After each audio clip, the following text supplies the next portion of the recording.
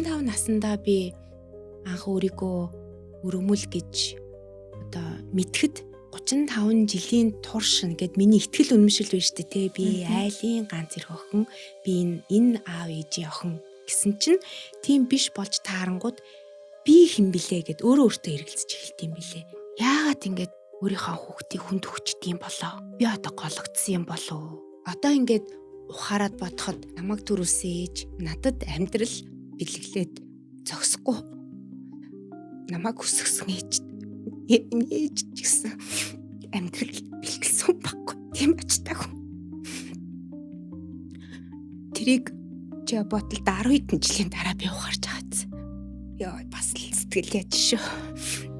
Янз бүрийн л шалтгаанаар хүн сэтгэл готрол орж болно шүү дээ. Бодит үнэтэйгээ нүүр тулж бодит байдлыг хүлээж авах. Тэр олвол хамгийн хэцүү үе. Доошо яваал энэ. Нөгөө сөрөг бодлынхоо эргүүлгэнд ингээ автчихлаар өөрийгөө анзаарсан чи өөрөө ирэхгүй ингээ хөлөө ингээ чичиргээд идвэсэн байхгүй юу. Тэгсэн чинь тэр нь ингээ нөгөө нэг тэр бодлоо ингээ гарах гад биенээсээ гадагшлуулах гад байгаа хүний нөгөө өөрөө ирэхгүй хийдэг үйлдэл юм бэлээ л дээ.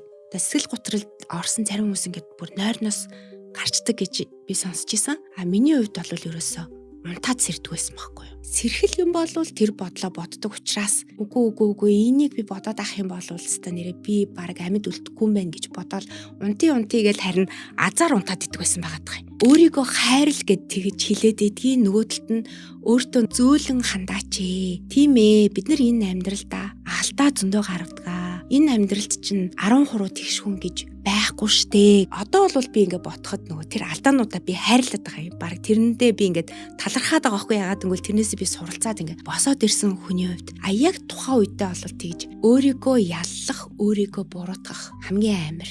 Ер нь сэтгэлээр өвдсөн үед хүн нөгөө бодит байдлыг харчдгаа болчдөг. Асар зүрхтэй боддог.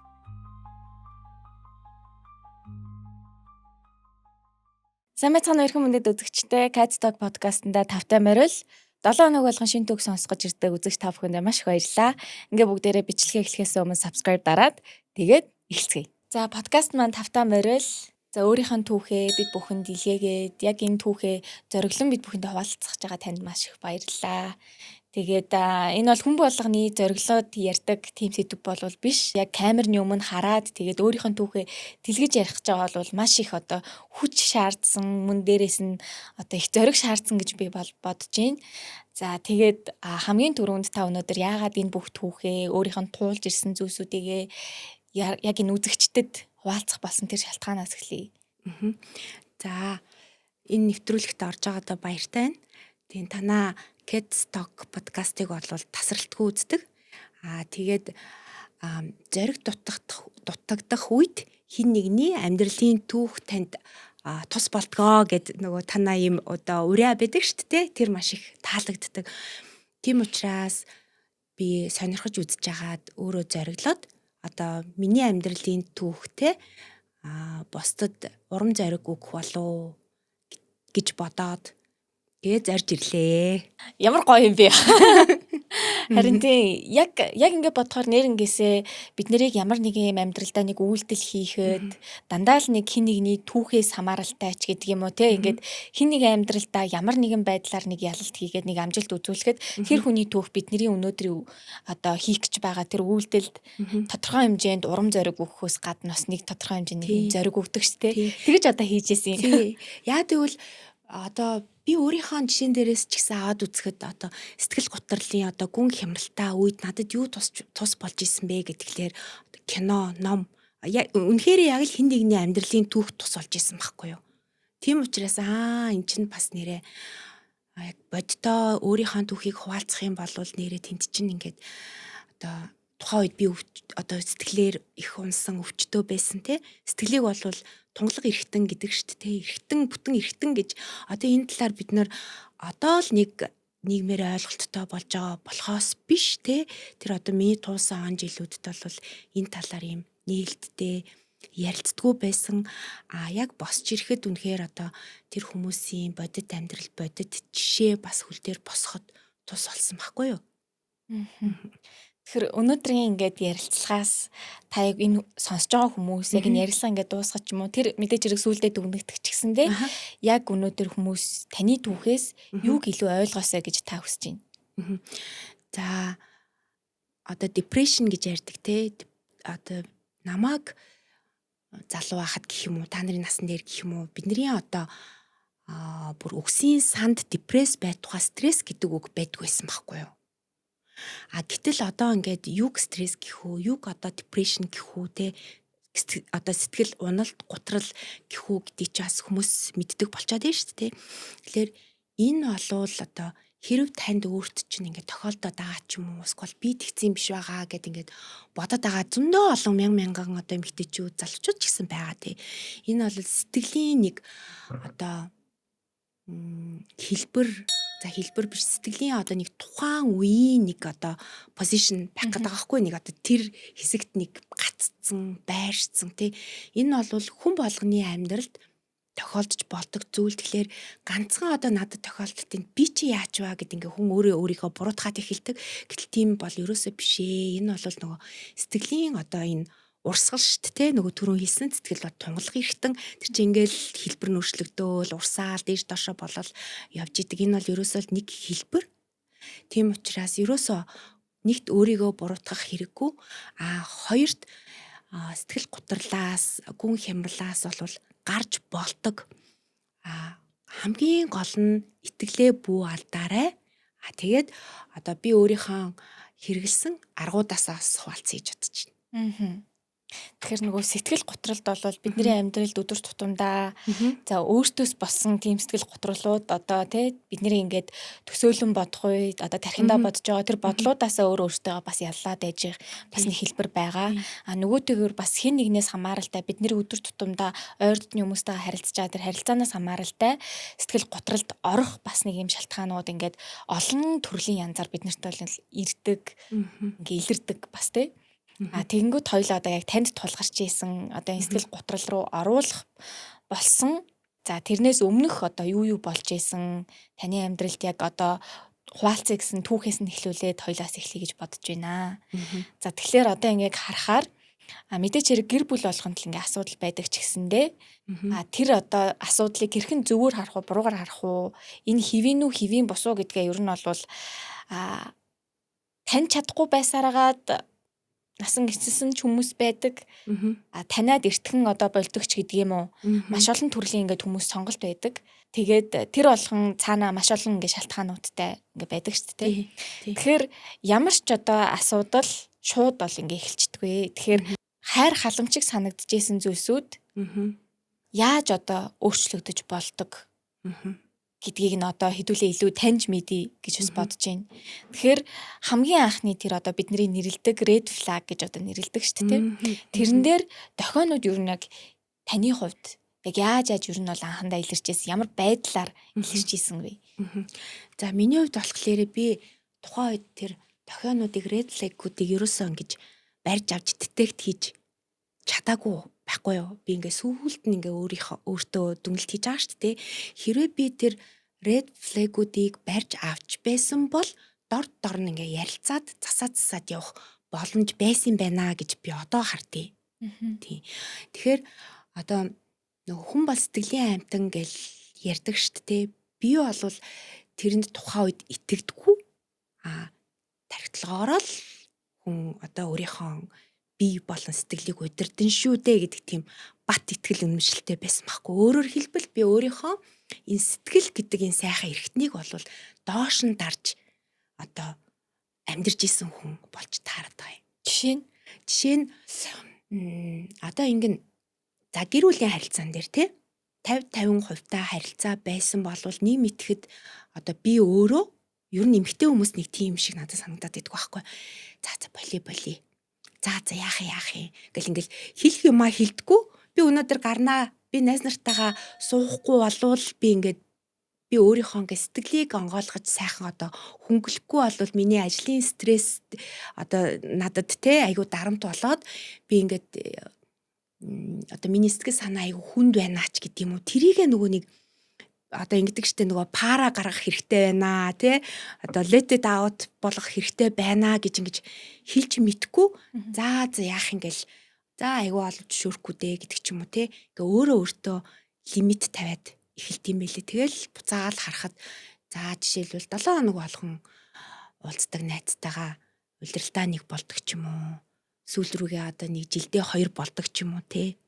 Тэгэл айгүйх ингээл ах トゥ нартайгаа бужигнж өсчөөл нөгөө хидтэйгээ одоо нөгөө харилцаа маань хүн дээрх ч юм уу тий. Тийм болтыг одоо болсон юм байлээ. Одоо ингээ харахаар зарим ингээ харилцаанууд ч гэсэндээ ингээ яалч чарахгүй ингээ завгүй ажил байгаад ингээд ирэхээр ингээд бусад одоо өмнө цаг зарцуулдаг байсан найзуудтай ингээд цаг зарцуулах нь ингээд багасаач гэдэг юм уу. Ер нь ингээд харахаар ихэнх хүмүүс ингээд хувийн амьдралтай болоод ирэхээр угаасаа тэр горим руу ингээд шилждэг юм шиг санагдаад байгаа байхгүй. Тэгтээ таны хувьд болохоор эднэр нь одоо тэр red flag гэж нэрлэдэг байгаа шиг болохгүй тэр дохионууд болж ирсэн байна шүү дээ тий. Тэгэхээр энэний одоо тэр мэдрэгчсэн тэр мэдрэмжийн хувьд яг яаж одоо энэ тэнцүү байсан мэдрэгчсэн юмнууд тий яг яаж одоо жишээлбэл илэршсэн гэсэн үг вэ? Энэ нь яг нэг л биштэй дээ гэдэг ч юм уу. Тий. Сэтгэл аюу гонсоон тэгээд нөгөө хүндээ гомдно. Тэгэл нөгөө гомдол чинь эхлээл нэг багахан өрөөж анзаарахгүй байснаа тэр нь ингээл хуримтлагдаал томроол явж исэн юм шиг санагддээ ш надаа. Ер нь асуудал гарвал асуудлаа ер нь яг хэрхэн шийддэг байсан бэ? Хоорондоо бол ярилцдаг байсан сүүл рүүгээ би ингээ ярихаас дурггүй болчиход исэн байхгүй юу. Өөрөө ерөөсөө асуудлаа ил гарахыг одоо ил гаргаж ярихыг хүсэхгүй. За гэл ажил дээрээ ч гэсэн за миний одоо шийдвэр миний одоо дуу хоолой голос ямар одоо нөлөөлөх штэ ч гэдэг юм ингээд татаад өөрийгөө гэтэл яг одоо ингээ харахад үгүй эн чинь ийм биш штэ гэд ингээ өөрийнхөө байр суурин дээр хатуу зогсох ч юм уу заавал одоо энэ дуу хоолойгоо хүргэх ч юм уу те одоо магадгүй нөгөө нэг энэ өөрийнхөө айдиаг ингэж сурталчлаад нөгөө хамт ажилтдаг хүмүүсээсээ дэмжлэг авах ч юм уу те тэр зүйлүүдийг л би өөрөө хийгээгүй юм шиг надад санагддаг. Гэтэ би тэрийг тухайн үедээ бол мэдээгүй сүүлд сэтгэл гутралаас гарах га тэмцэж байх үедээ тэр үед би нэрээ ингэсэн байх шүү дээ гэж өөртөө айгүйх дүгнэлт идэм бил. Тэгэхээр яг нэг талаасаа ингээд нөгөө талынхаа шийдвэрээр илүү явангууд таны одоо тэр хүсэл илүү дарагдаад гэхдээ тэрийг илэрхийлж хэлж чадахгүй байсан нөхцөл нь өмнө та гэхдээ ер нь анх ингээд нийлж суугатаач гэдэг юм уу те хэр одоо илэрхийлж хэлдэг байсан байжгаад тэр нь илүү их багассан уу эсвэл анханасаа та нэг хэлдэггүй байсан уу? Тэр нь багассан. Анханасаа бол хэлдэг. Анханасаа бол хэлдэг байсан. Одоо жишээлбэл нөгөө бүх юм дээр санал 100% нэгдэн гэж байхгүй штэ. Тэгэнгүүт 10 санал зүрэлдсэн шийдвэрийн 5 нь минийхаар 5 нь одоо нөгөө хүнийхаар болдог байсан болвол 2 3 руу багасаад ороод ирдэг ч юм уу те. Тэгэхээр за нөгөө минийхаар болдог 5 ч одоо 1 болчлаа гэж бодъё. Тэгвэл би өөрийнхөө дөрвийг алдаж штэ нөгөө тал руугаа гэдэг чинь би өөрийгөө алдаад байгаа гэсэн үг байгаа байхгүй. Одоо миний үеийнхэнд их хэлбэг байгаа да. Одоо дуучи гэл хүүхдэд загнадаг те. Том хүмүүсийн ярианд бити оролцс гэдэг ч юм уу те. Чи юугаа мэддгийг би чиний одоо ээж аав юм чинь би мэдэн шүү дээ гэдэг ч юм уу те. Ялангуяа одоо ээж охтуудын хоорондын харилцаан дээр тэр илбэг миний үеийнхэнд лав байсан. Минийх тэр ч гэсэн тийм байсан. Манай ээж сүүлд одоо намайг өөрөөгүй чи өөрийнхөө төлөө дуграач чи өстой зоригтой штэ тэр гэж хэлжсэн мөртлөө дараа нь ингээл нөгөө хойлоо чинь миний сэтгэл готрол ээжтэйгээ харилцаанд хүртэл нөлөөлж байгаа штэ тий. Тэгээд дараа нь ингээд одоо сэтгэлийн идэгрэл явагдаад хойлоо аюу сайхан тайван болоод хоорондоо ярилцж яхад манай ээж надад тэгж хэлжсэн байхгүй юу. Ээж нь чамааг ийм болгоцсон юм бэлээ. Би ингээд чамааг юмаа хилэнгүүттэй өөрийнхөө санал бодлыг хилэнгүүт би дандаа биш л дээ. Гэтэ ихэнх тохиолдолд ингээд чи дуугаа би мэдчихээн гэж ингээд загнаад чиний дууг дараад идэг байсан чинь ингээд сүулт ингээд илэрдэм биш дээ гэж хэлчихсэн. Мэдээж хэрэг хос 2 гээл тэгэхээр чинь хоёр шал одоо бид нар ч гэсэн айгүй сүулт айгүй ярьдаг болцсон нь хоёр өөр гэрийн хүмүүжилтэй хүмүүс хоорондоо нэгтгэрээ үзэл бодол зүрхч гэдэг юм уу ингээд харах өнцгүүд ингээд зүрэлдэх үйл явдлууд ингээд болж шүү дээ. Хоёрын хувьд бол ингээд зүрэлдэж эхэлсэн нэг тийм үеуд бол эхэндээ болвол яг яаж нэгдүүлдэг байж байгаа сүултээ яг юунаас болоод ингээд харах өнцгүүд ингээд зурж эхэлсэн ч гэдэг юм уу те. Тийм. За одоо хоёр чинь ер нь бол одоо нөгөө майндаараа нийлсэн хоёр ахгүй юу? Одоо нэг ийм үг байдаг штэ. Хүний одоо тархинд дурлж болдог. Би бол тэр хүний майнд дурлсан байхгүй юу? Тэгэхээр ингээд бит хоёрын нөгөө нэг зорилго, тэмүүлэл, үзэл бодол яг нэг байсан. Тэгээд энэ бол нөгөө бит хоёрыг одоо дундын бизнес амжилтаа явах бас үндэс суурь. Яа тэгэхээр яг нэг зорилготой, яг нэг үзэл бодолтой тий. Тэгэл яг л нэг л юмны төлөө зорж тэмүүлж исэн нэг гэр бүлийн хоёр. Тэр зөрчилдөн юунаас үүссэн бэ гэхлээр бизнесийн ачааллаас үүссэн гэж бодтiin. Нөгөө бизнес дээр шийдвэр гаргах. Тооч одоо ингээл 24/7 цуг гэсэн үг шүү дээ. Гэртээж цуг. Тэг ярьдаг юм нь одоо баг 99% нь бизнес, аж дээрээ ч нэг өрөөнд бас бизнесээ л ярьж байгаа шүү дээ. Тэгэхээр одоо бит хоёрын ярианы одоо магадгүй одоо 10-9 оноо 90% нь ингээд дандаа бизнесийн тухай яриа болдог. Тэнгүүд нөгөө бизнесийн шийдвэр гаргалт дээр тэр чинь нэг өөрийн гэсэн онцлогтой лидер байгаа даа шүү дээ. Өөрийн гэсэн харизмтай. Би бас нэг өөрийн гэсэн онцлогтой хүн байгаа шүү дээ. Тэгэхээр тэр бизнесийн зөрчилдөөнүүдээс зөрчилдөх нь ихсэн байхгүй. Одоо магадгүй би одоо өөрийн гэсэн тусдаа бизнестэй ч юм уу те. Эсвэл тусдаа ажил эрхэлдэг байсан болвол бас тэр асуудал үүсэхгүй ч байсан байж магадгүй. Тэгэхээр бас нөгөө нэг юу вэ те? Ярилцах зүйлсүүд нөгөө нэг юм ажил амьдралаа ялгаж салгана гэдэг шүү дээ. Тэгэхээр нөгөө ажил нь амьдралынхан дийлэнхийг ингээ эзэлчихээр хувь хүмүүсийн нэг юм хосын балансаа алдагдчихгүй юу гэж тийм. Тэгэхээр одоо жишээлбэл ингээл одоо ингээ та нарын үеийнхээ ярьдаг штэ ингээл заавал ингээл болцоонд явчихъя гэл те. Би болвол ингээл хажуудаа хамт байгаа юм чинь гэл те. Гэрээсээ гараал нэг машиндаа суун ингээл байгаа юм чинь одоо болцоо бол тийм чухал нэр гэж бодохгүй хамтлаа хамт ингээ бодоод яваад идэгсэн байгаа байхгүй юу. Тэгэхээр үнэхээр одоо нөгөө нэг ажил амьдрал одоо хавсын харилцаа болон нөгөө ажлын партнершипийн харилцаа гэх хоёр одоо нөгөө жингийн тухай дээр аваад үзэх юм бол тэр нөгөө бизнес партнершип харилцаа нь илүү нөгөө жин эзлээд эхлэхгүй юу. Тэгэхээр нөгөө хосын харилцаан дээр сэв сууж эхлэв шүү дээ. За яг хоо одоо ингэж ярингуут мэдээч хэрэг нөгөө ойлголтын зөрүүнүүд яг юу юунаас гарч ирсэн бэ гэдэг ингээд тодорхой болж байна л та. Тэгэнгүүт яг энэ энгийн байсан зарим мэдээч хэрэг үзэл бодол зүрх юм дээрээ ингээд хоёр талаасаа хараад яриад ээж болно. Энэ асуудал бүр ингээд хүндрээд ирэхээрээ одоо яагаад одоо ингээд хүндрэх нөхцөл рүү ингээд орж ийн вэ гэдгийг хэрвээ одоо гэр бүлийн асуудалтай байгаад тэрийг хэвийн байна уу энэ асуудал нь хэвийн гэж үзэх үү эсвэл бол хэвийн бус гэж үзэх үү гэдгээ нэг юм ялгаж салгаж чадахгүй байгаа хүмүүст хоёулаа өөрсдийнхөө одоо туусан түүхрээ дамжуулаад нэг юм яг юунаас болоод хэвийн бус болдог вэ? Тэр одоо гаргаж ирж исэн зүйлсүүднийг юу байсан бэ гэдгийг бас нэг гаргаж ирвэл мэдээж хэрэг хоёулаа энийг бол даван туулаад хойно гарсан. Энэ бол тэгтээ нөгөө таны амьдрал туулж исэн ингээд зүйлсүүд байгаа учраас хоёулаа тэр өнцгөөс нэг хараад ярил ямар байсан бол. За одоо амьдралын баланс алдагдах тий. Бизнес болон одоо гэр бүлийн тэр дундаа хосын харилцаа нь жижигхэн байр суурь эзлээд илүү одоо ажил руугаа анхаарах. Хоёрт болохоор нөгөө бизнес дээрх зөрчлийг санал нэгдэхгүй байгаа байдлыг болвол нөгөө эмгтэй эрэгтэй тарих өөр учраас эрчүүд бол тэр ингээд ялгаж салгаж бодож чаддсан шүү хаа. Одоо жишээлбэл нэг өөр сэтгэл зүйч хүн танаа нэвтрүүлгээр оруулж асуугаад үзээрэй гэж би бодож байна л да тий. Энэ бол миний ажиглалт шүү дээ. Эмгтэй хүний тарих болохоор ингээд тэрийг ялгаж салгадгүй ямар сайндаа эмгтэй хүн бол бүх эмоцоо нэг боксонд хийчдэг. Эрэгтэй хүн бол тэр боксоо ингээ сайхан юус хувааж байгаа те. Энэ харилцаа бол энд, нөгөө харилцаа бол энд гэд ингээ салгаад тэгж нөгөө ялгаж салгаж чаддсан юм шиг үлээ. Тэнгүүд одоо нөгөө ажил дээр гарч байгаа тэр санал зөрүүлдөх тэр шийдвэрүүд дээр минийхаар болохгүй байхлаар би ялахгүй байгаа юм шиг мэдрэмж аваад тэгээд тэрийгээ бас гэр бүл дотроо гаргадаг ч юм уу те. Тийм тохиолдлууд байсан. Яг ингээд сонсохоор яг ингээд бизнесийн хувьд одоо жишээлбэл хамт байдаг зөндөө олон ингээд хосууд одоо ингээд байгаа шүү дээ. Тэгэнгүүт бас ингээд санаа зовхон үүсэж байгаа байхгүй юу? Ягаад тэр ингээд хамт одоо 90% ингээд хамтдаа ингээд байгаа хосууд ингээд зөндөө байгаа. Тийм хүмүүсийн харилцаа ингээд яваанда хэдэн жилийн дараа ингээд ийм болчтой байх та гэдэг ийм зүйл ингээд үүсч магадгүй те. Тэнгүүт хоёулаа одоо цаашаа бүр илүү тодорхой олгож явъя гэж бодож байна. Нөгөө найз нөхөд болон гэр бүлийнхнаасаа ингээд холтчдаг гэж ярьжсэн шүү дээ.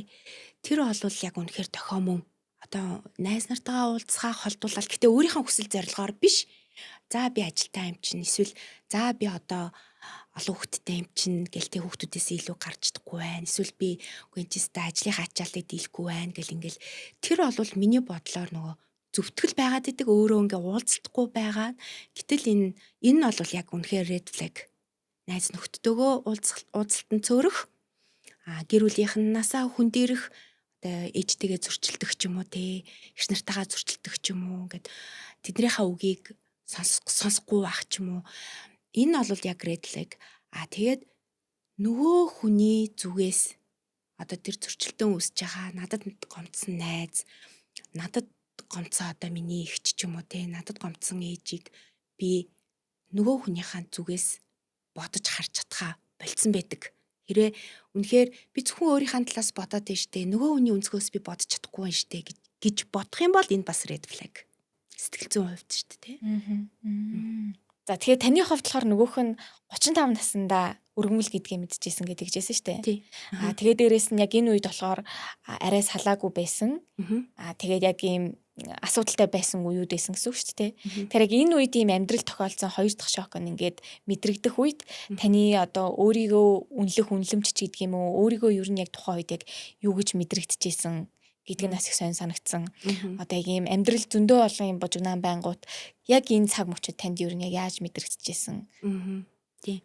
За эхний сэтгэл зүйн шок бол тэр 35 наснд гэр бүлийн харилцаанд сэв суудаг одоо биенийхээ итгэл эвдэх харилцаа бол миний 40 наснд тохиолдож ирсэн байхгүй юу? 5 жилийн зайтай. Тийм 5 жилийн зайтай. 35 наснда би анх өөрийгөө өргөмөл гэж одоо мэдхэд 35 жилийн турш гэд миний итгэл үнэмшил биш үү те би айлын ганц эрх охин би энэ аав ээжийн охин гэсэн чинь тийм биш болж таарангууд би хэн блэ гэд өөрөө өөртөө эргэлзэж эхэлт юм билэ. Өөрийнхөө нөгөө identity гэж байдаг шүү дээ. Тэрэндээ эргэлзэж эхлээд тэгээд тийм сэтгэл зүйн шоконд орд юм билээ. Одоо нэг юм юу байсан уу? Өөрийгөө хайрлах, өөрийнхөө үн цэнийг юм дахин ингээд мэдрэх шаардлагатай нэг юм шилжилтийн үе юм шиг те. Ингээд бүх ингээд итгэжсэн тэр суур итгэл үнэмшлүүд ингээд байхгүй болж байгаа юм шиг нэг тэгж мэдрэгдчихсэн болов уу гэж бодож байхгүй юу. Тэгэхээр яг танд яг энэ үед амьдралыг одоо ингээд харах үнцэг таны хувьд яг яаж илүү их өөрчлөгдөжсэн ч гэдэг юм уу те. Тийм. Яг одоо тэгэхэд чинь би одоо амьдрал ирээнтэй бараантай гэдгийг нөгөө мэдхгүй айгүй хайрлагдаж өссөн. Тэгэл амьдрал ийм л байдаг гэл ингээл ерөөсөө энэ л амьдрал зөв гэж ингэж боддог. Бусдын амьдралыг ойлгохгүй ингээд дотроо буруутгадаг ч юм уу тий. Одоо жишээлбэл хоёр дахь амьдралаа зохиож байгаа тэдний дундаас гарсан хөхөд өмнөх амьдралын хөхт гэл тэгэхээр хойд ээж аав гэл явна шүү дээ тий. Эсвэл одоо өргөсөн ч гэдэм юм. Тэрийг би хүний амьдралд чи ийм юм байдгийн бэ шүү дээ. Эн чинь ч гэсэн бас зөв амьдрал юм бэ шүү дээ гэж тий. Ингэж нөгөө юмыг арай өөр өнцгөөс харж эхэлсэн гэх юм уу та тий. Гэтээ би хийм бэ гэж ингэж шоконд орж бодоод би яах лээрээ те энэ хугацаанд би ингээ мэдгүй өнгөрчдөг байна вэ гэж бодож исэн байхгүй. Тэгээ би ээжээсээ асуухад танаас өөр хүмүүс мэдчихсэн юм уу гэд гайхаад асуусан чи бүгд мэдчихсэн гэж байгаа. Тэгэхээр нөгөө тэр хүмүүс намайг одоо нэгэнт ихч маань охиндоо хэлээгүй юм чинь дүү маань охиндоо хэлээгүй юм чинь бид нар хэлэх ёсгүй энэ хүний өмнөр орох ёсгүй энэ нууцыг задлах ёсгүй энэ хүн нууцламаар байгаа учраас гэд нэг ээжд маш үнэнч байсан байгаа байхгүй юу мөн надад маш үнэнч байсан байгаа байхгүй юу энэ хүүхэд одоо ингээд сэтгэлд нь сэв суучих үе дээ гэж бас ботсон л надад санагддаг шүү дээ. Тэгээд тухайн үед Хамгийн гол нь миний мэдэх болсон шалтгаан нь юу вэ гэдгээр төрүүлсэн ээж маань өвчтөө байсан бэлээ. Тэгэхэд одоо би дээрээ 2 ах нэг эгчтэй байхгүй яг нэг эцэг гэхээс. Нэг ах яг дээдлийн маань ах эгч 2 маань ирээд одоо би муутай ээжтэйгээ уулзчаасай гэж ботсон юм билээ л дээ. Тэгэнгүүт би ээж намайг хүрээд ирээ. Надтай уулзъя гэж хэлсэн үү. Та хоёроор намайг дуудулсан уу гэж асуухад тэр хоёр үгүй гэсэн байхгүй юу. Тэр нас нэг талдаа гомдох шиг те одоо нэг охиноо харчий даа гэсэн хүсэл байдгүй болооч гэж бодож гомдох шиг те. Магадгүй тэр хүн за одоо би өстө нэрээ ингэж хэлж болохгүй дээ. Одоо ээжээсээ сэтгэл нь урвчих үедээ гэж ч бас сэргэлсэн байж магадгүй байхгүй юу те. Тэгэхэд би юу гэж шийдвэр гаргаж исэн бэ гэхлээр за би бол өсгсөн ээжтэй л үнэнч байна гэд яа тэгэхээр тухайн үед манай ах эгч 2 бас амьдралын одоо туршлагагүйгаас л болсон тэр хоёрыг буруутгаасаа илүү зөвтгөлн тэр байхгүй туршлагагүй учраас одоо ээжиг их гомдоосон байсан. Нэг юм амьдрал нэг юм бүр юм шокийн үйл явдал ингээл сая ингээ болж штэ тий. Ингээ үйл явдлууд ингээ юм болсон юм байж. Тэгэнгүүт та яг одоо яг илүү их юу гэж мэдэрсэн гэдэг нь надад их сайн санагдчихээн. Түрүүн хамгийн түрүү нэг асуусанчлан амьдралыг юу нэг юу гэж харж исэн бэ? Одоо жишээлбэл хамгийн нэгдүгээрт яагаад ингэж өөрийнхөө хүүхдийг хүнд өгчдөг юм болоо гэл те. Би одоо гологдсон юм болов гэж бодогдд юм уу те. Хамгийн түрүүнд ийм л бодол орж ирд юм лээ. Намайг чинь ингэж өгцөн биш те гэл те. Гэтэл одоо ингэж бодоход тэр хүн маш том буян хийсэн байхгүй.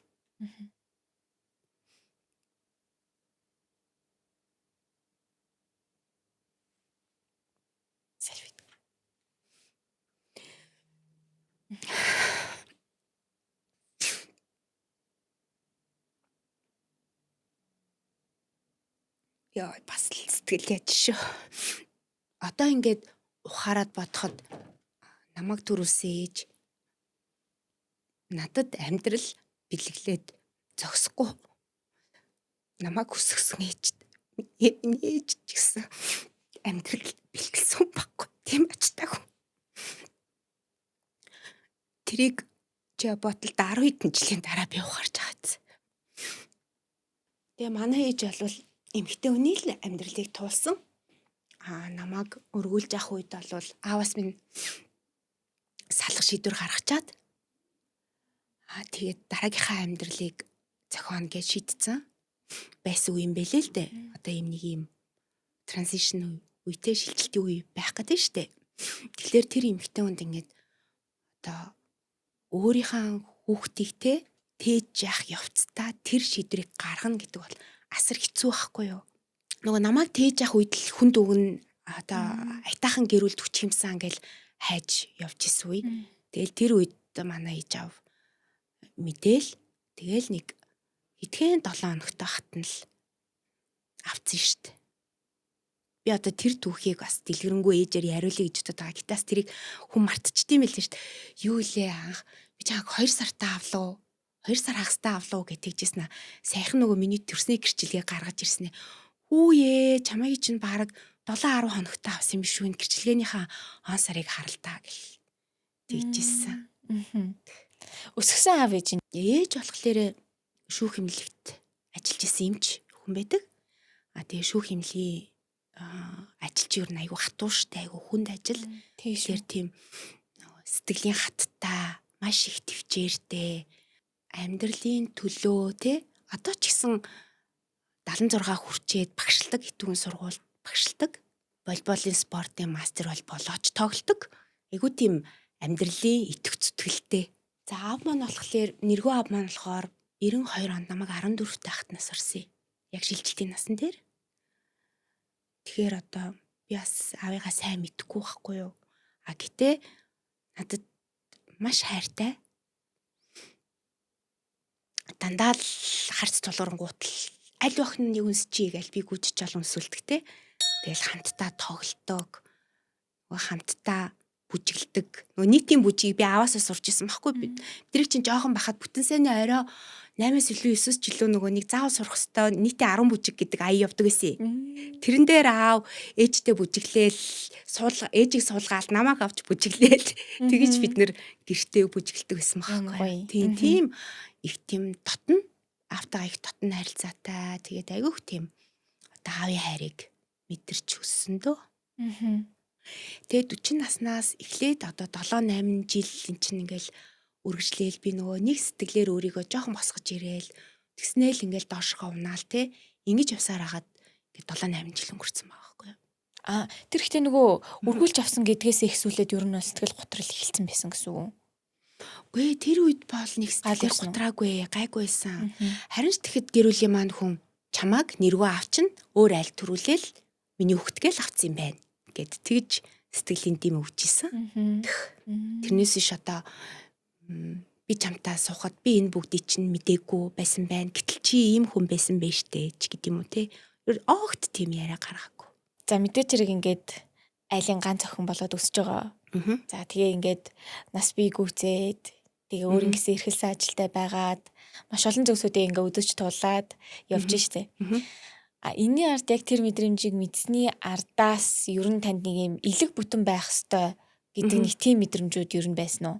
Байсан. Одоо тэр ер нь хэр нөлөөсөн бол одоо жишээлбэл өргүүлсэн гэдгээ мэдсэн үе болон дараа нь гэр бүлийн асуудал гарахад тэндээсээ одоо шалтгаалсан ч гэдэг юм уу те? Тий.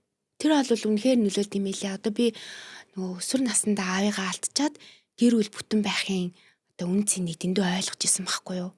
Яа тэгэхээр нөгөө гэр бүлээрээ ингээм амьдарч байгаа миний зөндөө найз нөхөд байгаа шүү дээ. Тэднийг хараад нөгөө хүүхдэл юм чинь ямар гоё юм бэ гэж бодно шүү дээ. Тэгэхээр тэр цаг үеэс л бол би бүтэн гэр бүлд өссөн одоо айлд одоо хүүхдтэй сундаа бүтэн гэр бүлд одоо бэр орондоо гэж бүр тийм хатуу бодолтой болж исэн. Тий.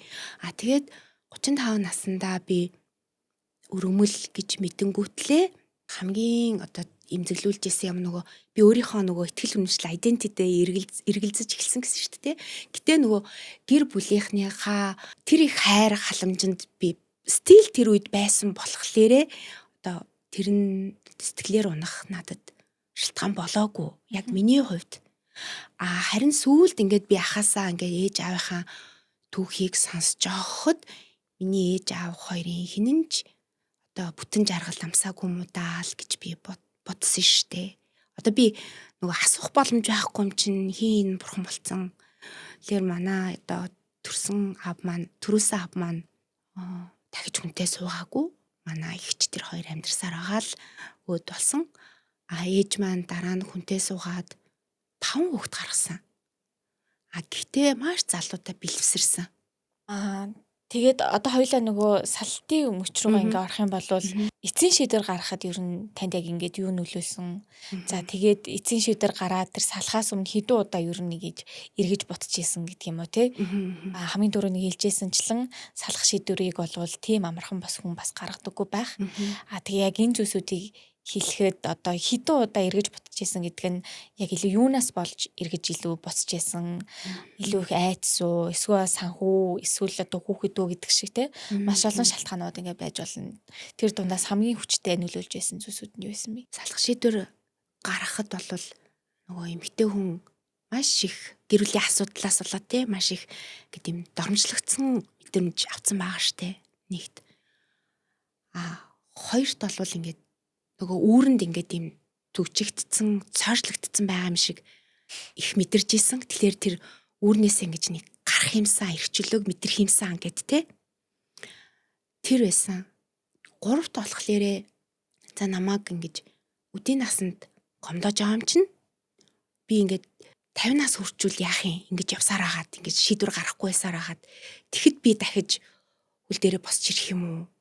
60 наснд ийм юм тохиолдвол яах юм? Тэгвэл би баг амьд үлдэхүүгүй юу те гэж ингээ бодож исэн. Тэгэхээр би одоо шийдэх ёстой л гэж нэг өөрийгөө зоригжуулж цэнэглэж исэн.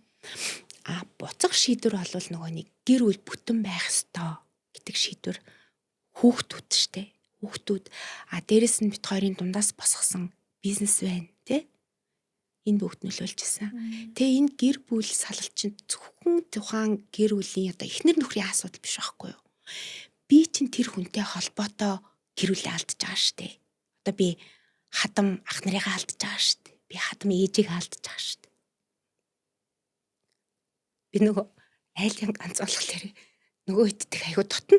Тэр чинь л одоо миний одоо ихч ах нар болж явж байгаа штэ. Тэгэхээр бүгдийг нь алдаж байгаа байхгүй. Тэгэхээр энэ бол зөвхөн нэг эхнэр нөхрийн асуудал биш. Яг энэ нөхцөл байдал руу одоо би яагаад аваачч вэ гэж нэг өөрийгөө буруутгалыг бол маш ихээр мэдэрчсэн. Тэр нь яг нөгөө 24 онд яг ингээ ганцаараа хүн чи хичээндээ орд юм билээ штэ. Ингээ янз янзаар тэр байдлаасаа гаргаж үдсэж яагаад ингээ бүтлгүүтээд явхлаарэ за ерөөсө болий гэд ингээ бүх харилцаа холбоогоо таслаад утсаа авахаа болоод тэр үедээ нөгөө маш их хүн ганцаардлыг мэдэрнэ.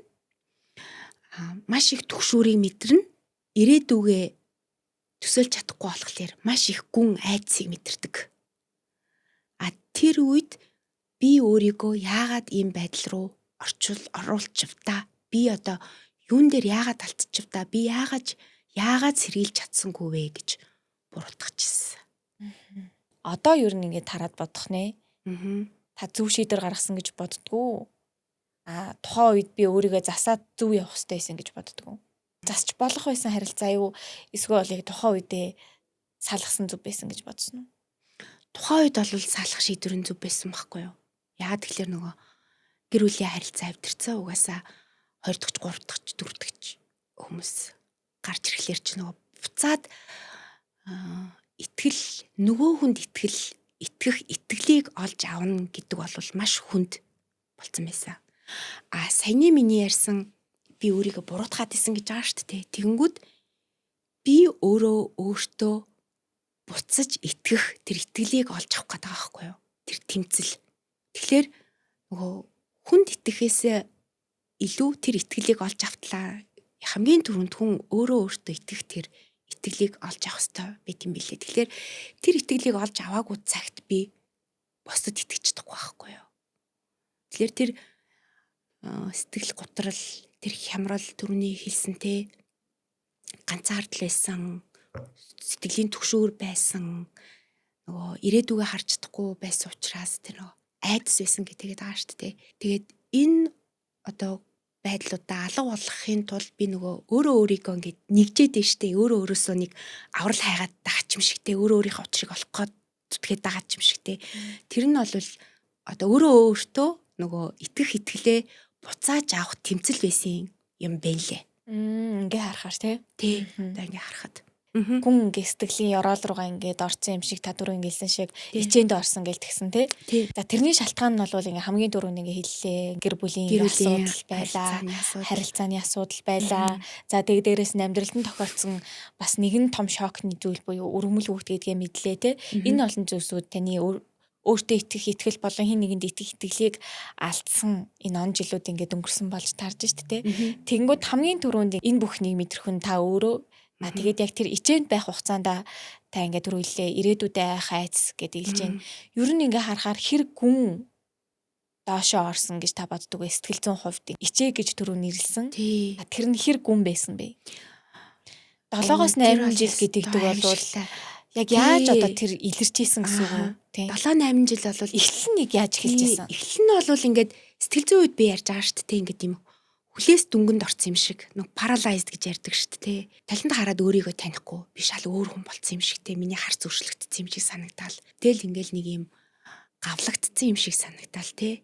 Тэгэл тэр мэдрэмжийг мэдрэхгүй тулд ерөөсөө ажиллаа хий. Өөрөлд би тэрнээс цухтаж байгаа байхгүй. За дараагийн шат нь бол би тэмцэлдэж эхэлж байгаа юм. Өөртөөгөө тэмцэлтэн. Дээрээс нь нөгөө нэг гэр бүлээ бүтэ авч үлдэх гээл тэмцэлтэн тий. Тэмцдэг үе байт юм бэлээ.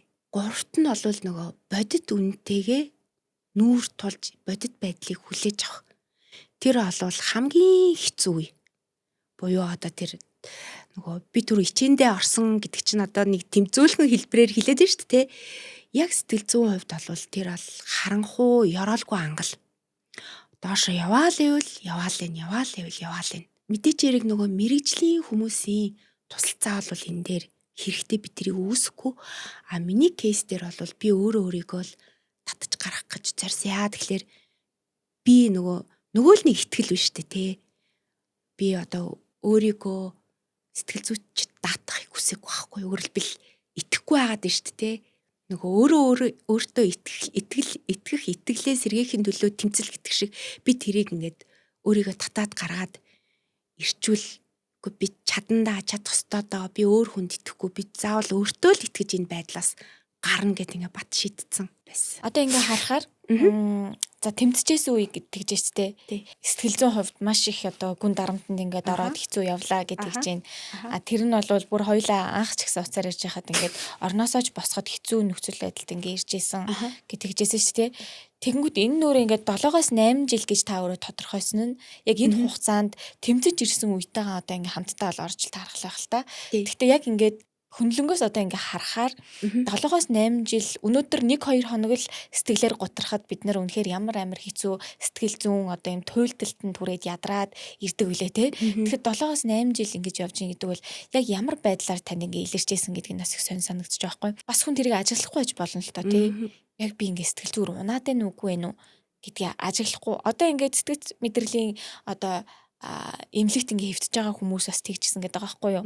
Хүмүүсийн ингээ кейс тэр одоо жишээнүүдийг ингээ сонсохоор зүгээр ингээд энгийн байсан зүйлсүүдээс 14 хоног одоо жишээлнийг бодлоо удаан бодоод тэнцэнэ өөрөө депресстэд одоо эмнэлэгт хэвтэж идэг жишээнүүд ч хүртэл ингээ байна. Тэгэхээр таны хувьд бол яг ингээд өөрөө яг энэ зүйлтэй ингээ тэмцээд ингээ явцсан байнгут яг бүр ингээд яг унтсан үеийн хэр удаан жишээлбэл үргэлжилж ийсэн яг яаж илэрчээсэн гэдгийг нь илүү хоёлоо илүү хүмүүсийн нүдэнд ер нь бол харагддаг нэг жоохон яри гэвэл хүмүүс бас нөгөө өөртөө ялахгүй байж болно л доо. Яг би үнэхээр ингээ сэтгэл зүйн тайлж дээ ингээ сэтгэл зүйч гэхээсээ илүүтэйгээр би өөрөөрөө л эндээс татна гэж итгэжсэнтэй адилхан өнөөдөр яг тэгээ явж байгаа зөндөө хүмүүс бас байгаа шүү дээ. Тэгэж харахаар таны хувьд яг ихэнх үедээ яаж сэтгэл готролтой гэдгээ та мэдчихсэн. Яагаад байсан одоо хамгийн ихэнд яаж илэрчээсэн ер нь? Цаг хугацааны хувьд аваад үзэхлээр 24 оны 11-12 сараас эхлээд маш их унтдаг байсан байхгүй юу? Өдөр шөнөгүй унтна. Одоо илэрж байгаа нэг хэлбэр нь шүү дээ тий. Ядраад байгаа юм шиг. Тий, ядраал энэ ерөөсөө. Өглөө босчоол одоо юу гэдэг нэг 6:30 7:30 ч юм уу хооронд сэрнэ шүү дээ. Тэнгүүд ингээл нэг 2-3 цагийн дараа амар ядарна. Тэгэл нойр хүрээл унтаад өгнө. Тэгээ бүр ингээл өдөрч унтна, шүнж байсан унтна. Одоо сэтгэл готролд орсон зарим хүмүүс ингээд бүр нойрноос гарчдаг гэж би сонсч ийсэн. Миний хувьд бол ерөөсөө унтаад сэрдэг байсан байхгүй юу. Тэгээ ингэж илэрнэ. Тэгээ ингээд орондоо унтаад лахл ирчин явандаа ингээ нөгөө эхлээд босох дургүй болно шүү дээ. Тэгээ тэрэнд аймжраад бүр босож чадахгүй болдог. Босох хүсэл байвч өөрийгөө дийлж босч чадахгүй болдог. Тэг чи ингээл доошоо яваад ин гэсэн үг шүү дээ. Тэгэхээр энэ нэг амар хэцүү энэ хугацаа миний бодлоор нэг 6-8 сар үргэлжилсэн юм уу? Ингэж нөгөө нэг тэр бодол руугаа живээл доошоо яваад байгаа хугацаа нь.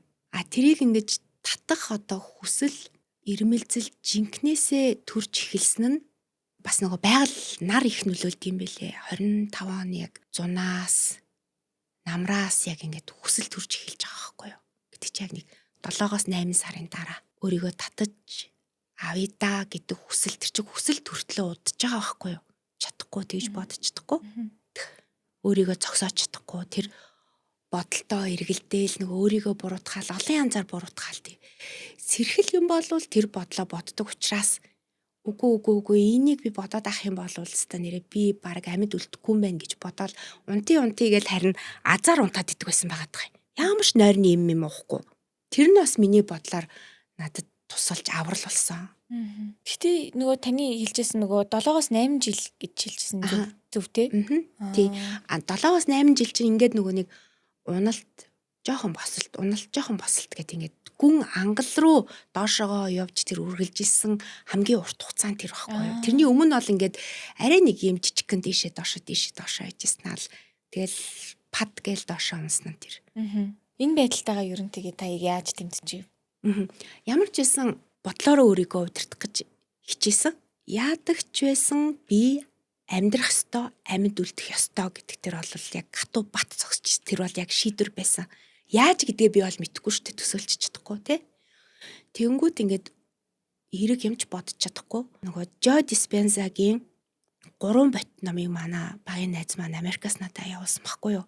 За би одоо найзгаа яаж аврах вэ гэж бас нэг өөр тэнд байгаа Америктайгаа нэг эмч найзтайгаа ярилцсан чинь нөгөөх нь бодож ийснаа өөрөө нөгөө бяцлагдаг тархиа өөрчил амьдралаа өөрчил гэдэг ингээд нөгөө номын зохиогч доктор Joe Dispenza-гийн бяцлагалд нь суудсан байсан. Тэгээд тэр нөгөө өөрөө биеэрээ итгэрлийг мэдэрч би шинээр төрсөн юм шиг надад санагдчихээн гэтэр гэж ярьсан байсан л да. Тэгээд манай найз энэ 3 номыг санал болгоод за ямар ч гэсэн ундрахаар энэ 3 номыг л явуулаад яадаг ч гэсэн чи уншуулах гэж Крисмасаар бэлгэнд аваад за би энийг одоо унших ёстой юм байна гэж бодоол эхлээл нөгөө нэг пласибо гэж номыг уншаад дараа нь тэр нөгөө нэг тархиа өөрчил амьдралаа өөрчил гэдэг номыг уншаад би бодолтойгоо ажиллах ёстой юм байна гэд эрэг бодлол ингээд тавтан бодоод ах юм бол ингээд миний одоо тэр мэдэрж байгаа тэр сөрөг мэдрэмжүүд ч гэсэн өөрчлөлт гардыг байна гэдгийг нөгөө тэр номон дээр шинжлэх ухааны үндслэлтэй яг нөгөө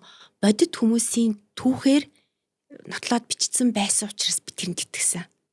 Тэгээд тархитайгаа ажиллаж эхэлсэн. Ажиллах арга нь юу байсан бэ гэдгээр би бас нөгөө хүн чинь ингээд зовоод ирэхлээр өөрөө ирэхгүй ингээд нөгөө шашны ном барьж аваад уншдаг ч юм уу эсвэл подкаст сонсоод эхэлт юм л шүү дээ. Би бол Библи бол уншижсэн л та. Гой лекцүүд байдаг шүү дээ.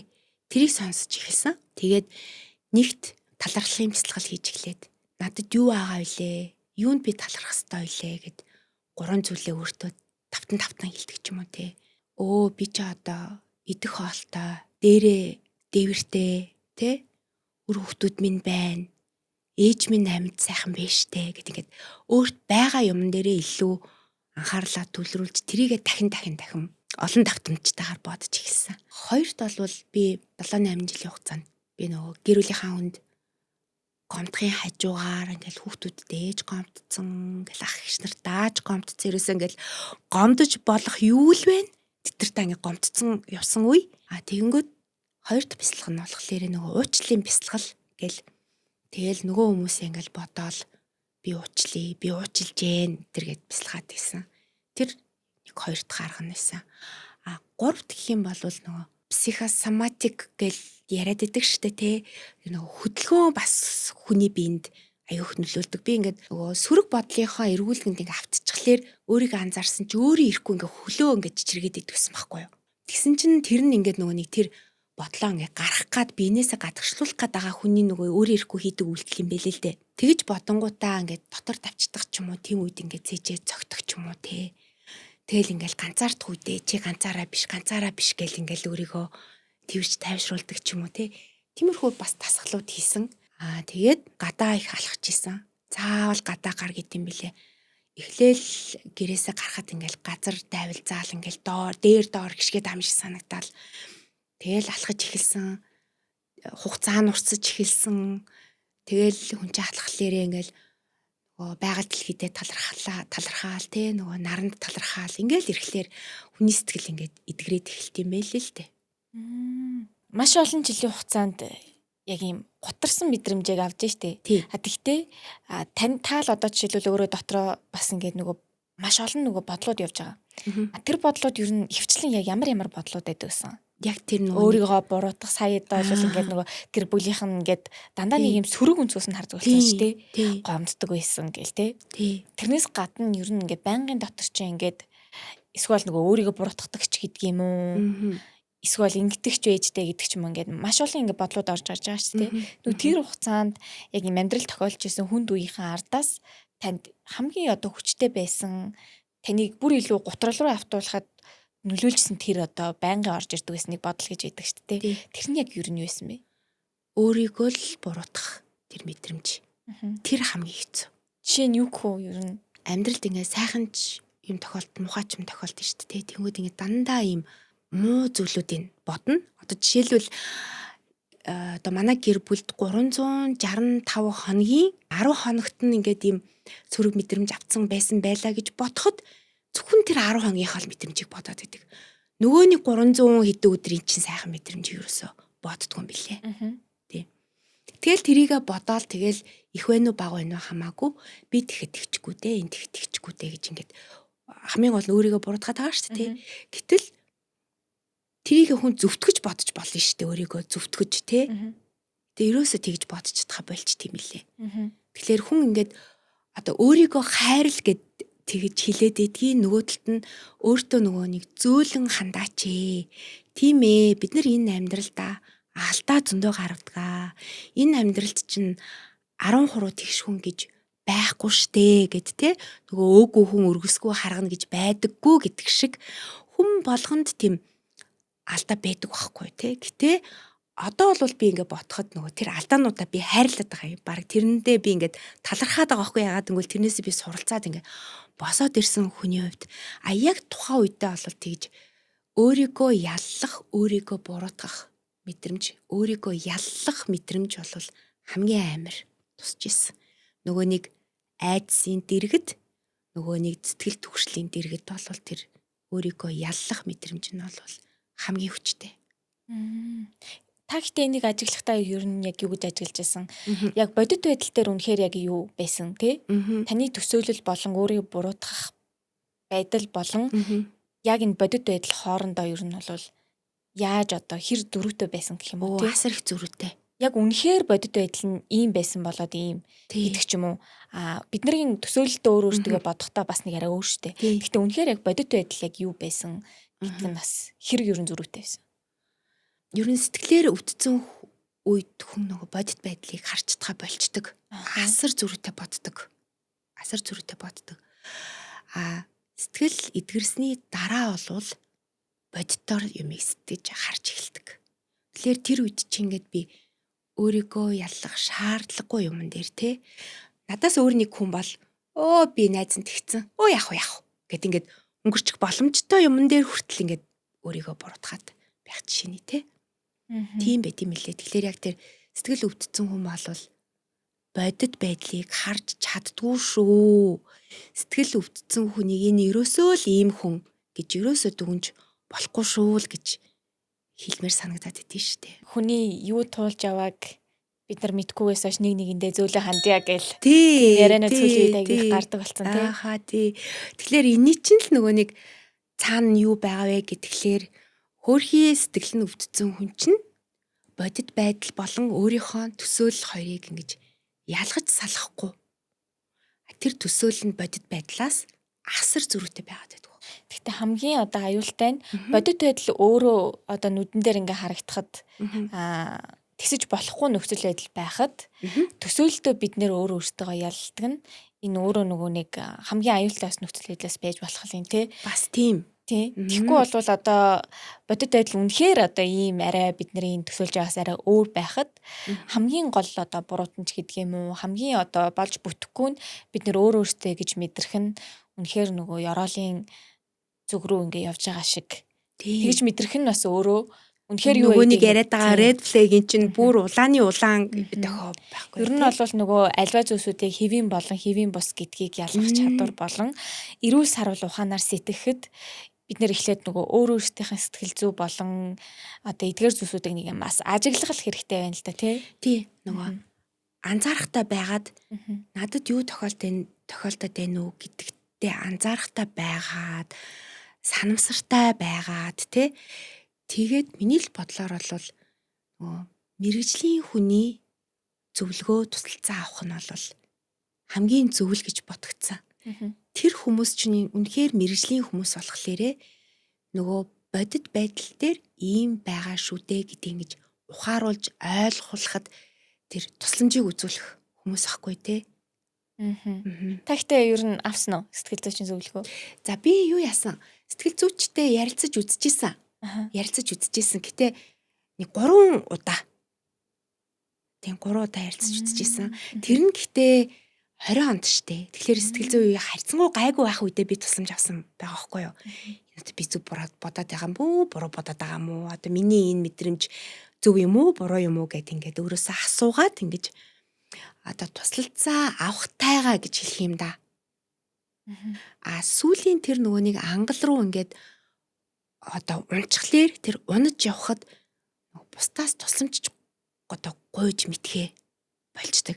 Надад бол манай найз нар зөндөө санал болгож ирсэн. Ээж ч гэсэн манай эмч хүү эмч зөндөө санал болгож ирсэн.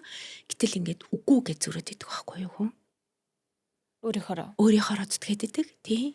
Гэтэл одоо магадгүй хэрэг би туслалцаа одоо дэмжлэг авсан болвол одоо бүр тэр асар хүнд үеийн 7-8 сарыг магадгүй 3-4 сар болгочих байсан билүү те? Магадгүй ингээд жил гарны энэ их өвдөлт, энэ их одоо байдлыг арай ингээд богиносгох боломж байсан бах. Тий. Ер нь ингээд харахаар өмнө бол ингээд шархалж байна те. А тэгтээ одоо энэ сэтгэлийг хэрхэн ер нь хамгаалдаг болж ирж байна. Энэ бүхний ардаас. Тий, одоо нөгөө ингэ тийм билээ. Айгүй өөрийнхөө нөгөө сэтгэлд анхаардаг болцсон байгаад байгаа шүү дээ. Өмнө нөгөө сэтгэл гэдэг бол эргэтэн гэдгийг ч мэдтгүү. Нөгөө хүн бол сэтгэлийн амьтан шүү дээ гэдгийг ч ингэж нөгөө ухаарч ойлгоогүй байсан үедээ харьцуулахад энэ бол маш чухал бидний одоо эргэтэн шүү дээ гэдгийг мэддэг болцоо. Одоо жишээлбэл ингэж зөвлөж хэлээ л да. Энийг нөгөө герман сурдаг бас нэг сэтгэл зүйчил сурдаг нэг монгол охин подкастаар ярьж ирсэн юм аа. Гэрүүлийн салалт гэдэг бол ингээд төсөөлөө зүүрлүүлээд хэлэх юм бол хүн гэдэг амьтан чинь 5 цул эргэтэн шүү дээ. Эргэтэнтэй шүү дээ. Аль нэг эргэтнийг нь ингээд бүр биенээс нь аваад салгахад ингээд хажууд нь гаргаад тавьчлаа гэж бодъё. Тэгэхэд тэр хүн сэхээ амьдруулах тасагт очиж шүү дээ. Тэр их шоконд орно. Яг түнтэй ижил гэж үзэгддэг байхгүй юу?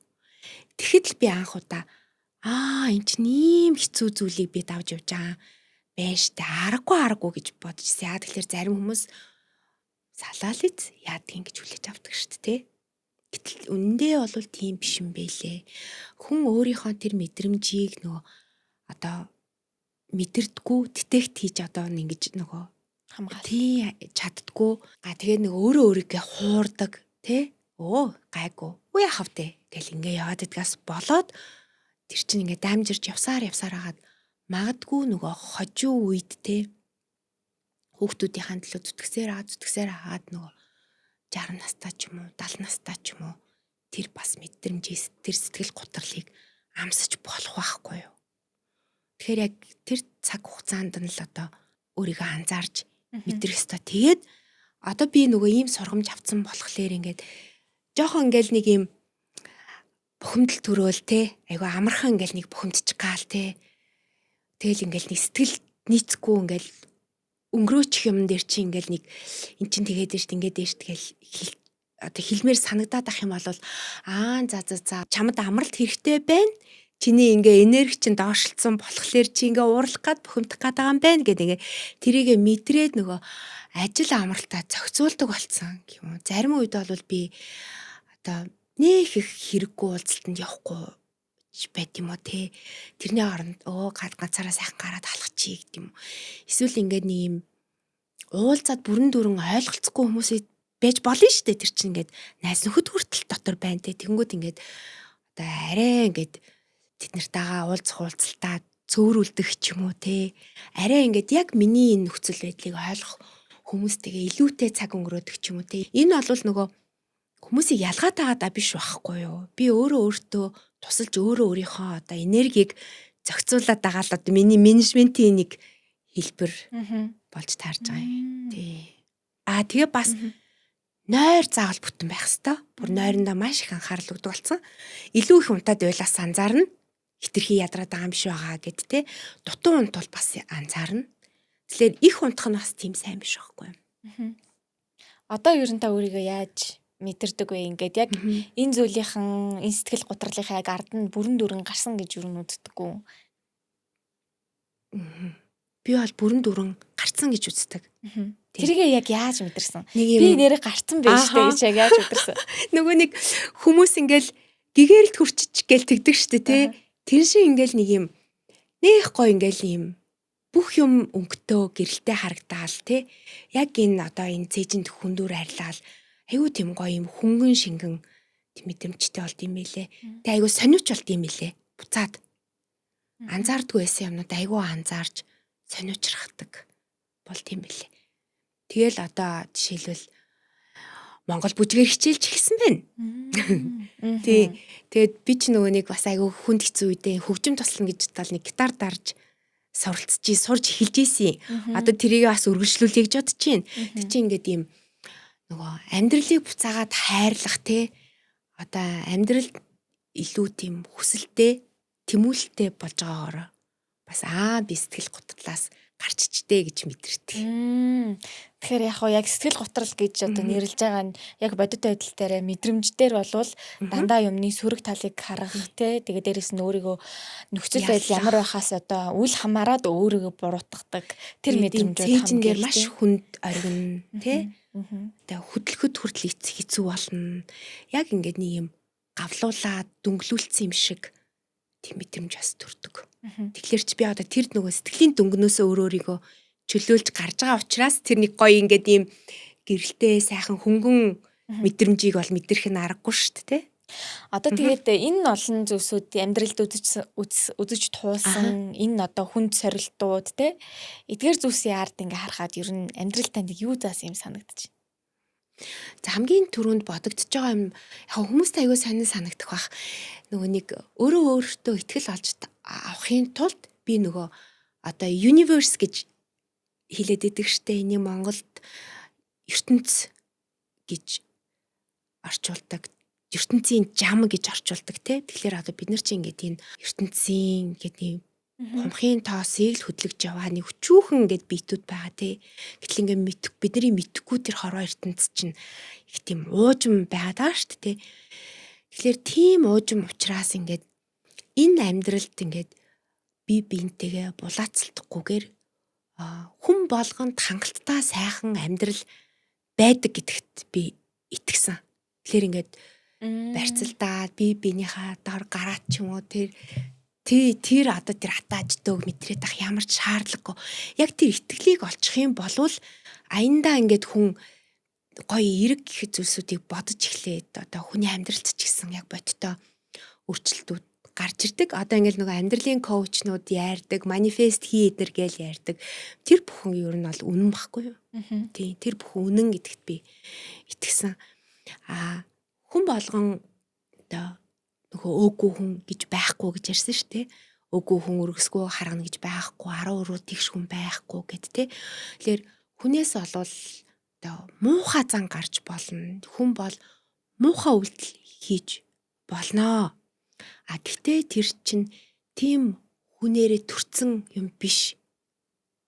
Жохон хүүхэд тийм атгах сэтгэл байхгүй шүү дээ. Бодоод үзэлт тэ. Жохон ингээд няраа амтэн чинь ингээл хүн болгоны л хайрыг татдаг амтэн байгаа шүү дээ.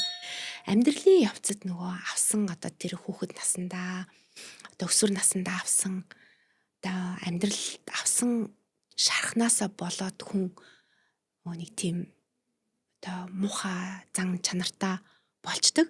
Тэгэхээр ерөөсөө эдгрээгүүл хүн гэж байдаг. Эдгрээгүүл хүн гэж байдаг. Тэр хүнд тэр сэтгэлийн эдгэрэлт нь туслах хэрэгтэй бид нар чадах чинээгээрээ яллах биш харин тэрнээс нь татаж гаргах арга замуудын л санал болгох ёстой. Тэгжил ухаарлаа. Ингээд харахаар яг одоо тань шиг яг энэ түүхийг ингээд даван туулаад яг энэ нөхцөл байдалд ингээд ороод өөрөөсөө буруутгаад байж байгаа ч юм уу те.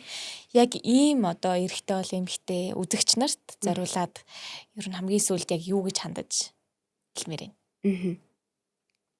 За одоо янз бүрийн л шалтгаанаар хүн сэтгэл готрол орж болно шүү дээ. Хүүхэд насны травма тэгэл одоо өсвөр насны одоо үерхэлж гэдэг юм уу те. За тэгээд ингээд дунд насандаа гэрүүл салалт эсвэл ингээд ажлаасаа гарах асар их хэмжээний мөнгө алдах гэдэг ингээд зөндөө шалтгаануудаас болж хүн сэтгэл готролд орж ордог. Тэгэхээр тэр хүмүүст бол хамгийн чухал нь энийг давж туулж болтгоо. ертөнц биднэрт хангалттай сайхан одоо амьдруулах тэр одоо боломж нь ертөнцид хангалттай сайхан байдаг гэдэг итгэлийг алдчихгүй. Ингээд туулаад гарахад цаана нь одоо буцаад ингээд амьдралдаа итгэлээ олоод нөгөө хүсэл баг байхад бид нар чи хичнээн мөрөөдөлтөй байдаг үлээ те. Тэр мөрөөдөл чинь сэргэн шүү. Тэрнийхээ төлөө одоо явах алхам хийх тэр ирч хүчтэй болдгийм аа. Тийм учраас хамгийн гол нь итгэлээл битгий алдаарай гэж хэлмээр энэ да. Харин таны итгэлийг сэргэж байгаа нэг зүйлийг илтгэх зүйл нь болохоор бас энэ өөрийн гэсэн яг номыг бүтээсэн шүү дээ. За ингээ үзэгчтэй ингээ харуулчих. Мэдээч хэрэг хүний амьдралд юу ч тулгамдаж, юу ч одоо туулж болох ч гэсэндээ сэтгэлээ ойлгож, сэтгэл зүгөө ойлгож тэгээд ингэсний улмаас бусадтай харилцаанаас ихсүүлээд олон зүйлсүүдийг ингээд ард нь гарч даван туулж байгаа ингээд ойлгож авч байна. Тэгэхээр яг хоёлаа бүр өмнө ярьжсэн ингээд тухайн үеийн бидний амьдарч исэн нийгэм сэтгэл зүй гэж ярьдаггүй байлаа гэж тэгжсэн шиг өнөөдөр ярьдаг болж байгаа эхэлж байгаа энэ маш олзуурхууштай талархууштай шүү дээ. Яг энэ нийгэмд бол бид нар ингээд сэтгэл зүйн боловсрлоо ингээд дээшлүүлснээр ядчил хин нэгэнтэй хос хоёр хоорондоо дараа нь ингээд хийсэн одоо зүйлсүүдийнхаа ингээд бодоод суухаасаа илүүтэйгээр яг одоо байгаа энэ амьдралдаа нэг нэгэнтэйгээ харилцаагаа зөв зохистой хэрхэн одоо харилцах ёстой гэдэг арга барилд сурахад бас айгүй том нөлөөлөх үйц байх болов уу гэж бодож ийн. Тэгээд энэ одоо хэцүү амьдралын зүйлсүүд ингээд даван туусан ч гэсэндээ өөрийнх нь нэг амжилт болгож ийн өөрийн номоо зохиод ингэснийг одоо харахад бол айгүй гоё бас урам авч болохоор байна. Түрүүн ч гэсэн ингээд хэлэхэд нөгөө ирээдүгээсээ айгаа айдас ингээд байсан гэж хэлжсэн шиг энэ одоо ирээдүгээсээ айгаа сууж исэн өмнөх одоо энэ ундрах гэж энэ хүнээс яг одоо байгаа энэ хүн болвол ялгаатай ингэ хүн харагдаж байгаа хгүй тий. Тэгэхээр яг энэ зүйлээс нь бол би бол айгүй том урам бол авч ийн. Тэгээ өнөөдөр ч гэсэндээ айгүй том хэрэгтэй сэдвийг ч гэсэн хүндсэн болов уу гэж бодож ийн. Өнөөдөр хоёлаа мэрэгчлийн сэтгэл зүйчүүд биш ч гэсэндээ өөрсдийнх нь хүн болгоны хамгийн түрүүнд хэлсэн шиг хин нэгний таныг нэг үйлдэл хийх гэж хахад таны түүх бас хин нэгэн үдээ сууж байгаа хүнд тийм ээ өөрөөрөө даван туусан гэдэг утгаараа бас айгуугаа урам өгж байгаа гэж би бодож байна. Тий. Өөрөөрөө даван туулахад бол хэцүү гэхдээ тэр бол нөгөө тухайн үе миний л шийдвэр байсан байхгүй юу. Тий. Болж өгвөл бол би одоо мэрэгжлийн хүмүүсийн тусалцааг аваасай л гэж би хэлнэ. За ингээд ярилцлагын маань хугацаа бол ингээд энэ хүрээд өндөрлөж байна. Тэгээд мэдээч хэрэг хүндхэд хэцүү сэдвүүд ингээд байсан ч гэсэндээ бидний амьдралын өдөр тутамд ингээд тулгардаг.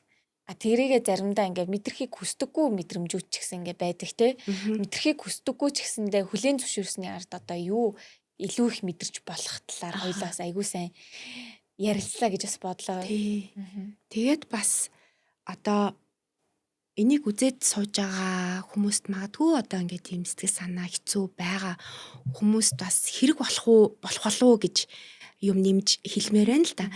Тэр нь юу вэ гэдгээр нөгөө нэг энэ хэцүү үеийнхаа одоо үеийнхаа мэдрэмжийг яг тэр болоод байгаа үйл явдлаа хүн одоо ингээд дотныхаа найз нартай хуваалцдаг штэ.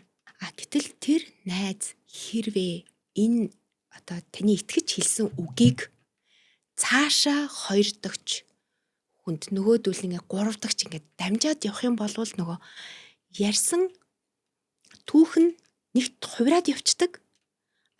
Хоёрт зарим нэг маш хорон хүмүүс тэр одоо чиний зовлонт байдлыг чиний өөрийн чинь эсрэг ашиглах тохиолдол байдаг шүү. Тэгээ тийм учраас нэгт сэтгэл зүйчд яриарай гэж би зөвлөмөр аваад байгаа юм. Тий. Сонсож байгаа хүмүүсийг буруутгахаас илүү тэр хүмүүс чинь ингээд хүн л юм чинь дээ гэхдээ нэгдүгээрт өөртөө туслах арга болвол тэр чинь илүү мэрэгжлийн хүнд ярих нь зөвөө. Тэр хэцүү нөхцөл байдлыг чинь нөгөө хүмүүс чинь ч гэсэн сэтгэл зүйч нар биш хүмүүс шүү дээ тэгэхээр тэд нар ч гэсэн бас нэгэн бодлын буруу байхгүй юу. Өөрийн чинь эсрэг тэр нөхцөл байдлыг ашиглаж одоо өөрийнхөө одоо карьерт одоо зэвсэг болгож ашиглах гэсэн хүмүүс гарч ирд юм аа. анхаараарэ гэж хэлмээр байгаа байхгүй. За хоёрдугаарт нь сэтгэл санаагаар өвдсөн үедээ санхүүгийн шийдвэр огт гаргаж болохгүй. Огт хөрөн мөнгөний шийдвэр гаргаж болохгүй. Яа тэгэхээр нөгөө хоёлаа ярьсан штэ. Нөгөө бодит байдал одоо тархин дотор үүссэн тэр нөгөө одоо химэл бодол те бодит байдлаасаа зөрүүтэй байдаг учраас санхүүгийн шийдвэрүүд дандаа бодиттой шийдвэрүүд гарах хэвээр. Дандаа үндсэлтэй шийдвэрүүд гарах хэвээр. Тэр шийдвэрүүдээ гаргаж чаддгүй шүү. Одоо надад ч алдаатай шийдвэр гаргах тохиолдол байсан. Одоо надтай ажил төстөө юм сэтгэл санаагаар өвдсөн үедээ шийдвэр гаргаж ирсэн хүмүүс бас миний эргэн тойронд байдаг учраас би ингэж болохгүй шүү гэдэгт бас бат итгэлтэй дээ. Тэр нөгөө ямар зүрцсэн байдаг лээ. Жор мэдгүй юм чээс зовлон үзсэн. Тий, юу нэ тий, чавганц дээр гэж үгээдэг шүү дээ. Тэгсэн чинь нөгөө хүн болгон одоо ингээ харахаар өөртөө гэсэн ингээ түүхүүдийг ингээ даван туулаад явж байгаа учраас эндээс миний хамгийн их гарахыг хүсдэг зүйл бол тэр хүн энэ амьдралаас юу үзэж туулаад тэгээд юуг илүү ухаарч ойлгоо гэдгийг нь би болоод үзэгчтэй ойлгуулахыг аягүй хүсдэг. Тэгээд тэдгээр зүйлсүүдийг ч гэсэн аягүй их гарахыг хүсдэг. Тэгээд өнөөдөр ч гэсэндээ маш олон одоо амьдралаасаа үзэж туусан зүйлсүүдээсээ ухаарлаа гаргаад тэгээд өөрөө үүнийхээ ард ингээд даваад туулчихсан учраас ингээд сонсоход олвол үзэгчд маань ч гэсэндээ ойлгож авах зүйлсүүд их байсан гэж бас найдаж байна. Би ч гэсэн найдаж байна. Бас өнөөдөр нэг ч гэсэн хүн бас өөрийнхөө амьдралдаа нэрээ юу илээ гэд нэг толдох бас нэг боломж нь олцсон болов гэж бас бодож байна. Баярлаа. Тийм. За ингээд өнөөдөр цаг заваа зарцуулан энэ болонд маань подкастэнд маань хүрэлцээсэн танд маш их баярлалаа. Тэгээд өөрийнх нь түүхээрээ зориглон бас бусадтай хуваалцсан танд бас маш их баярлалаа. Ингээ хамгийн сүүлд Cat Talk подкастаас маань бяцхан гарын бэлгийг танд бэлэглэж байна. Баярлаа. Нэвтрүүлэгт нь амжилт хүсье. Өшөө одоо олон сайхан юм сонирхолтой түүхийг биднэрт сонсгоорой гэж хүсье да. За маш их баярлалаа. За ажлын амжилт хүсье. Баярлалаа. Өнөөдрийн түүхээс бид нэг зүйлийг маш сайн ойлголоо. Бид альва зүйл саруул ухаанаар хандаж юу хийвийн бус болохыг ялах нүдэн нэг цаг болжээ. Хэрв таны амьдралын аль нэг хэсэг манай зочны түүхтэд давхцаж байвал эсвэл та яг одоо ийм нөхцөл байдал байгаа бол та ганцаараа биш шүү гэдгийг хэлмээр байна. Тусламж гуйхаас буй байгаарай. Cat Talk-тэй хамт байсанд баярлалаа. Subscribe дарахаа бүү мартаарай.